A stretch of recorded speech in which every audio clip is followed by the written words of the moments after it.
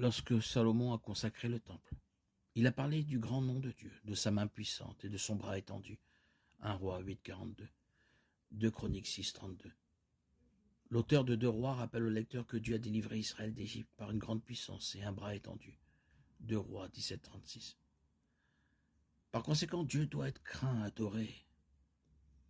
En se souvenant de la grandeur et de la providence de Dieu, un psalmiste raconte que Dieu a fait sortir Israël d'Égypte par sa main puissante et son bras étendu.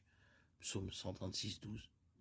Et à 3 reprises, dans ce contexte, il souligne que Jérémie fait encore allusion au bras étendu de Dieu en mentionnant d'abord l'avertissement de Dieu, selon lequel, à cause du péché des nations, il leur ferait la guerre par sa main étendue et son bras puissant. Jérémie 21, 5. Dieu rappelle à l'auditeur qu'il a créé par sa grande puissance et son bras étendu. Jérémie 32, 17. Jérémie 27, 5. Rien n'est trop difficile pour Dieu, qui est plein de bonté et qui rétribue avec justice. Jérémie raconte la venue de Dieu depuis l'Égypte, avec des signes et des prodiges à main forte et à bras étendus, avec une grande terreur. Jérémie 32, 21. Les 2 dernières références au bras étendu de Dieu apparaissent dans Ézéchiel 20, 33, 34. La bonté de Dieu est éternelle. La délivrance d'Israël s'est faite en Égypte par son bras étendu.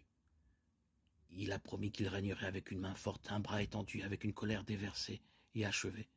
Dieu ajoute qu'il ramènera Israël dans le pays avec les mêmes 3 caractéristiques, avec une main forte, un bras étendu et avec une colère déversée. Beaucoup des références au bras étendu de Dieu renvoient le lecteur à la puissante délivrance d'Israël par Dieu, à ses relations continues avec Israël et à la délivrance future de la nation. Ces références sont liées à des idées telles que de grands jugements, une main forte, des signes, des prodiges, la guerre, la puissance, la grandeur, un grand nom, une bonté éternelle et une colère déversée. Ces contextes descriptifs nous aident à reconnaître que le bras tendu de Dieu est l'application de sa souveraineté sur les affaires de l'humanité, et particulièrement sur celles d'Israël. Le résultat est que nous devrions le craindre, reconnaître sa souveraineté et son dessein là où il les révèle. Il est digne d'adoration parce qu'il est aussi plein de bonté.